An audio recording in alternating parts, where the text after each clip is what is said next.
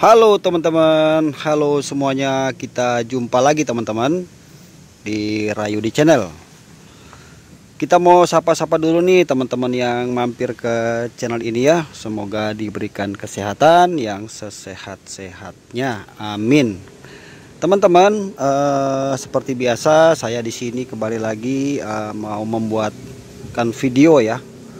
Bagaimana caranya kita itu mengetahui ya mobil yang ya contoh misalnya kita lagi mau kepengen cari mobil second ya, mobil-mobil bekas sesuai budget kita, tapi kita kan harus berhati-hati ya teman-teman ya, takutnya kita kecolongan kan gitu. Apakah mobil tersebut sudah pernah diturunin mesinnya, sudah pernah dibongkar?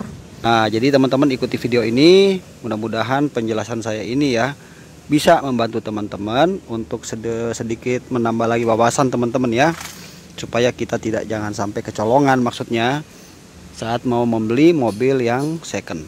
Oke teman-teman, nah sebelum kita lanjut teman-teman bantu channel ini ya untuk dukung terus, subscribe, karena subscribe itu gratis teman-teman. Dan terima kasih juga saya ucapkan buat teman-teman yang sudah terus support ya channel ini.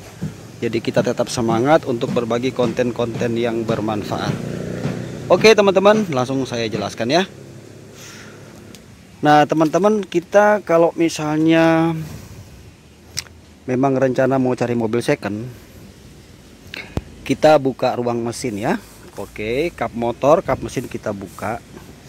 Pertama yang teman-teman harus perhatikan, nah ini konteksnya, ciri-ciri mobil tersebut sudah pernah turun mesinnya ya.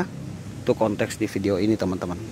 Nah pertama yang secara umum aja teman-teman perhatikan, yaitu bagian ruangan mesin.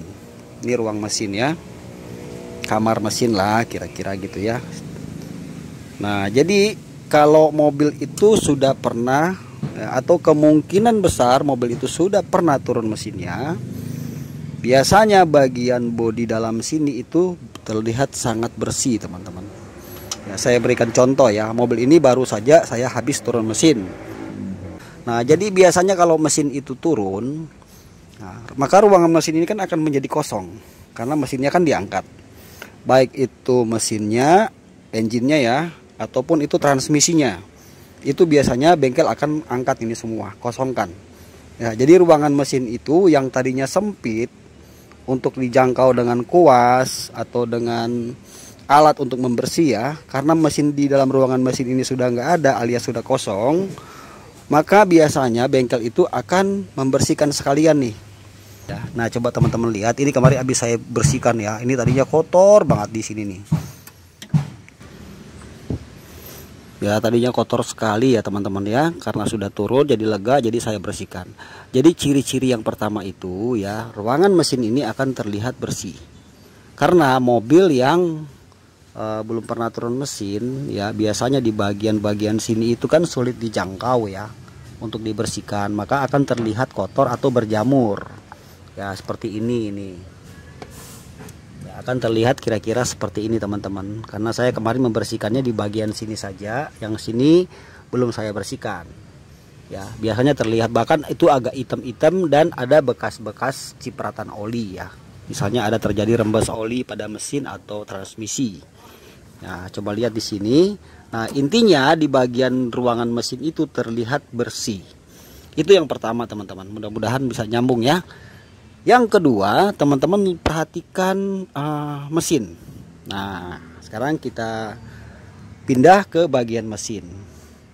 Teman-teman lihat ya, bagian mesin itu biasanya mobil yang belum pernah dibongkar mesinnya itu biasanya ya, itu akan terlihat di bagian bawah sini itu juga sama ya, akan terlihat sangat kotor ya. Kalau saya bilang sangat kotor itu masuk di akal, karena mobil-mobil lama apalagi tahun 2000-an ya, 2005 lah ya, akan sangat kotor di bawah sini teman-teman ya. Karena kalau kita bicara sudah bagian bawah sini ya, itu sangat berkemungkinan ada rembes oli dari atas ya, bagian atas, apakah itu tutup klep ya, atau bagian seal pada transmisi, kemudian kecipratan gitu ya saat mobil itu jalan, dan lain-lain.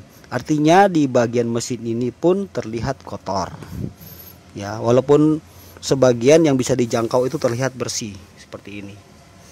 Nah, kemudian perhatikan, kalau teman-teman bisa melihat ya, di bagian intake sini ya, intake itu untuk pasangannya dengan, kalau mobil karburator dengan karburator ya, atau enggak berhubungan dengan mobil injection, ini bagian untuk penyuplaian bensin atau BBM. Nah, ini bagian intake ya, itu akan terlihat ada bekas-bekas ini ya teman-teman ya, lem ya, atau packing terlihat baru ya. Itu memang belum tentu juga sudah pernah turun, tetapi itu juga faktor ya, ada kemungkinan. Terus turun lagi ke bawah, lihat di bagian sekitar silinder head ya, atau kepala mesin ya, kepala silinder head, lihat ya. Kalau packing lama ya, itu tidak akan terlihat bersih ya, antara pertemuan blok mesin ini dengan silinder head. Sebentar biar lebih jelasnya lagi, sebelah sini bisa nggak ya? Nah, ini aja deh biar lebih jelas. Nah, bagian bawah sini ini kan bagian blok ya, atas ini bagian silinder head. Nah, di antara dua pertemuan ini ya, itu biasanya akan terlihat kotor ya. Tapi kalau sudah terlihat bersih ya, nah itu teman-teman perlu curiga ya, berarti mobil tersebut sangat berkemungkinan sudah pernah turun mesinnya. Kemudian perhatikan juga semacam ada goresan sikat-sikat kawat ya, itu kan di sikat-sikat kawat gitu ya, itu ada terlihat goresannya. Nah, kemudian perhatikan juga baut-baut ya. Nah, baut-baut atau mur yang menempel pada mesin ya, biasanya kalau sudah pernah turun itu baut dan mur itu pun ikut dibersihkan. Nah, langkah selanjutnya kita coba lihat ke bagian bawah teman-teman. Nah, teman-teman, kita bisa lihat ke bagian bawah ya. Bagian bawah ini maksudnya di bagian karter atau transmisi bagian bawah. Jadi di sini agak sempit, maaf ya teman-teman ya, tapi masih bisa kelihatan ya. Ini saya agak susah ya. Jadi ini tuh karter ya, atau bak oli. Nah, teman-teman perhatikan di bawah-bawah sini ya, lihat ya. Kalau di bawah-bawah sini itu kelihatannya bersih ya, nggak ada bekas-bekas oli sedikit pun. Nah, itu juga teman-teman harus sedikit merasa curiga ya, bahwa mobil tersebut sudah pernah dibongkar mesinnya. Karena bagian bawah sini itu jarang sekali mau dibersihkan nih kepada sama pemilik mobil. Itu sangat jarang ya teman-teman ya. Di bengkel tuh sering saya kedatangan mobil itu bawah sini tuh kotor banget teman-teman. Nah, tapi dengan begitu kita tahu ya bahwa mobil tersebut itu memang belum pernah turun mesinnya. Ya, karena kalau sudah dibongkar ya, itu kelihatan di sini tuh bawah tuh bersih teman-teman, bersih banget ya. Kalau ada yang telaten mana, waduh bersihnya, sebersih-bersihnya kayak baru gitu ya. Nah, tapi kalau di sini agak kotor, agak semacam nempel pasir-pasir ya. Bagian transmisi juga begitu ya, bagian sini kalau sama kotor juga ya.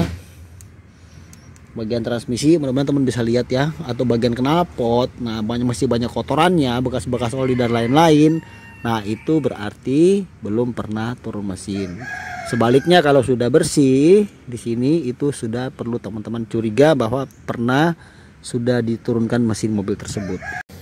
Nah, jadi dengan cara ini teman-teman kita tahu ya, atau kita maksudnya ada rasa curiga bahwa mobil tersebut sudah pernah turun mesin. Nah, sekarang teman-teman, apa konsekuensinya ketika kita membeli mobil yang sudah pernah turun mesin?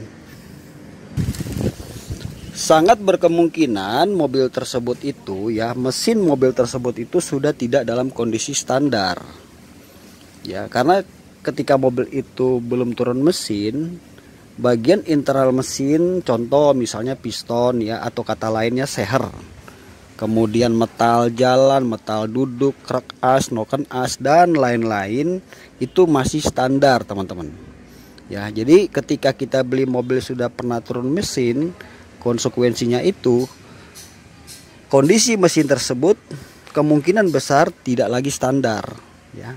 Kalau dia mungkin pernah turun akibat sempat ngebul misalnya, atau keluar asap ya, biasanya kalau tidak bisa ganti seher itu akan dibubut kan, pistonnya akan dibesarkan. Tadinya itu mungkin standar, awalnya standar, kemudian akan naik mungkin ya 25 atau 50 ya, 0,50 atau 0, bahkan bisa 0 sampai 100. Itu biasanya juga karena terkadang masalah kecolongan karena malas ganti oli pemilik sebelumnya atau memang dibiarkan sampai kehabisan oli ya.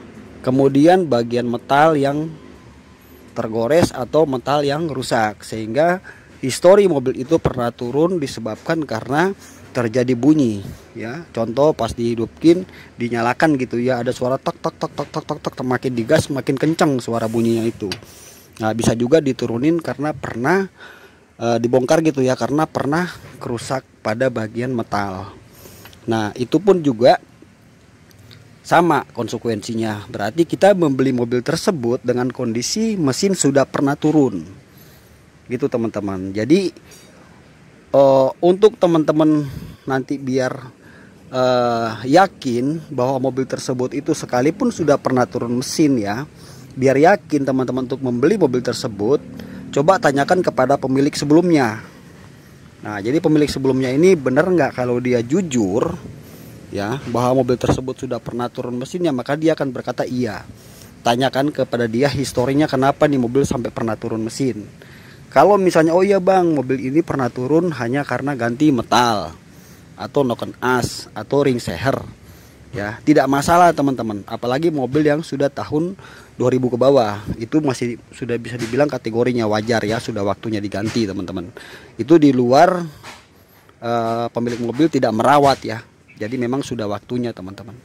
Nah kemudian ketika konsumen berkata bahwa mobil ini dulu pernah ngebul ya, pernah berasap, terus di quarter gitu ya, di oversize, dinaikin tadinya standar jadi 50 gitu misalnya, itu masih juga saya bilang kategorinya oke. Tapi kalau sampai sudah di 100 ya, itu pastinya mobil tersebut akan jauh lebih boros pemakaiannya. Nah jadi seperti itu teman-teman, jadi bisa nanti untuk menentukan ya mau beli atau tidak. Nah gitu teman-teman ya, jadi video kali ini itu saja yang bisa saya bagikan buat teman-teman semuanya. Terima kasih sudah menonton, mudah-mudahan video ini membantu teman-teman. Salam sukses dan salam otomotif. Halo, nama Ahunya, semoga panjang umur, sehat selalu.